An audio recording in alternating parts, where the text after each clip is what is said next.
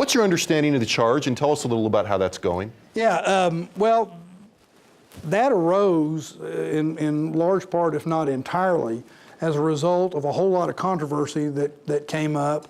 And I really would say it was at its height and its most heated at the beginning of this year, back at the early part of the legislative session, where there was some changes in regents in the University of Texas system, although this also applies to other schools, but that was really one of the pivot points that created a lot of the controversy, and what many perceived and believed was a push to change the way our Tier 1 research universities operate in such a way that it would do damage to the concept of how those research universities act and the role of research to some degree.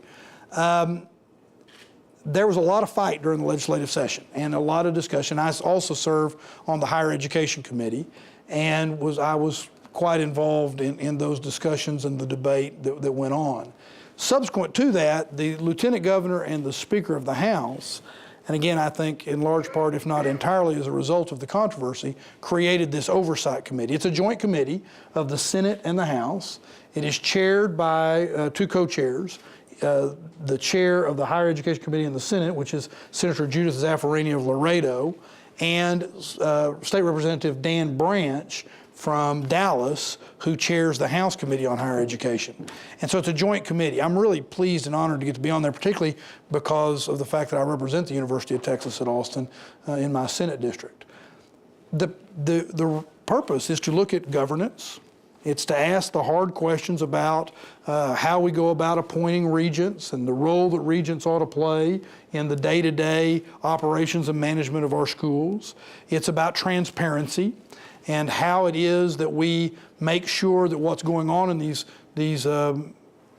schools is open and transparent, and by that, for that matter, what happens at the governing body level of the systems is open and transparent.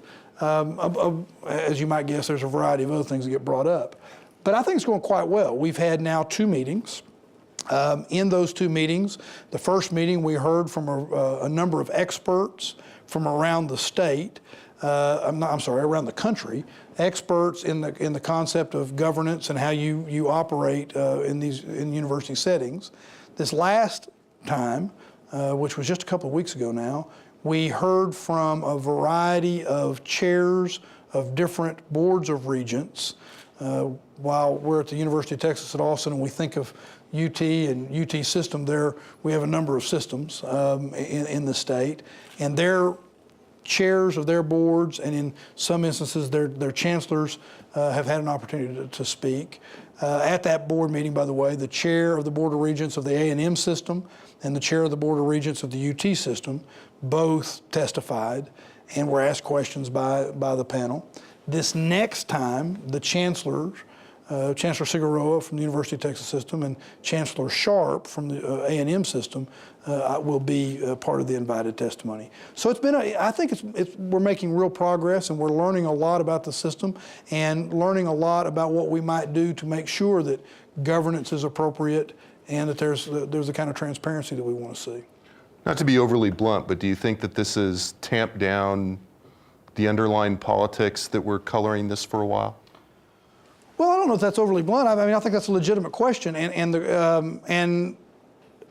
I don't know that tamp down is the right way I would say it. I would say that what it's done is it's brought it all out in the open. I'm not sure tamp down seems like people are just kind of waiting to see if this all goes away, and it's not going to go away. What happened was, I think the controversy that was created has created its own transparency, and so now decisions are being made where people are watching, and if there is fear that it's just being tamped down and it'll rear its head when nobody's looking, I don't think that's going to be the case. I think people are going to pay more attention. So I would argue that it's one of the benefits has already occurred, and that is there's more attention being paid to how the university systems operate, and I think that will work to the benefit over the long haul, regardless of what recommendations come out of this, specific recommendations come out of this committee.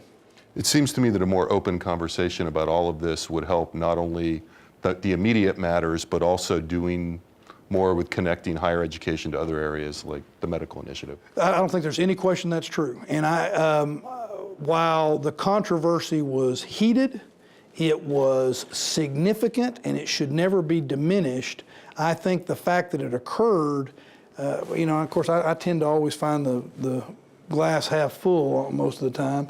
I think one of the things that even though it was nasty and negative and created some problems, I think it actually, one of the positive outcomes of that is there's just going to be more attention paid.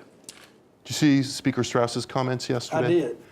You have any response to that? I think some people were surprised. Other people were happy to see him make a statement about it. Well, I guess it'd be hard to say I was surprised since he was involved in the creation of this oversight committee.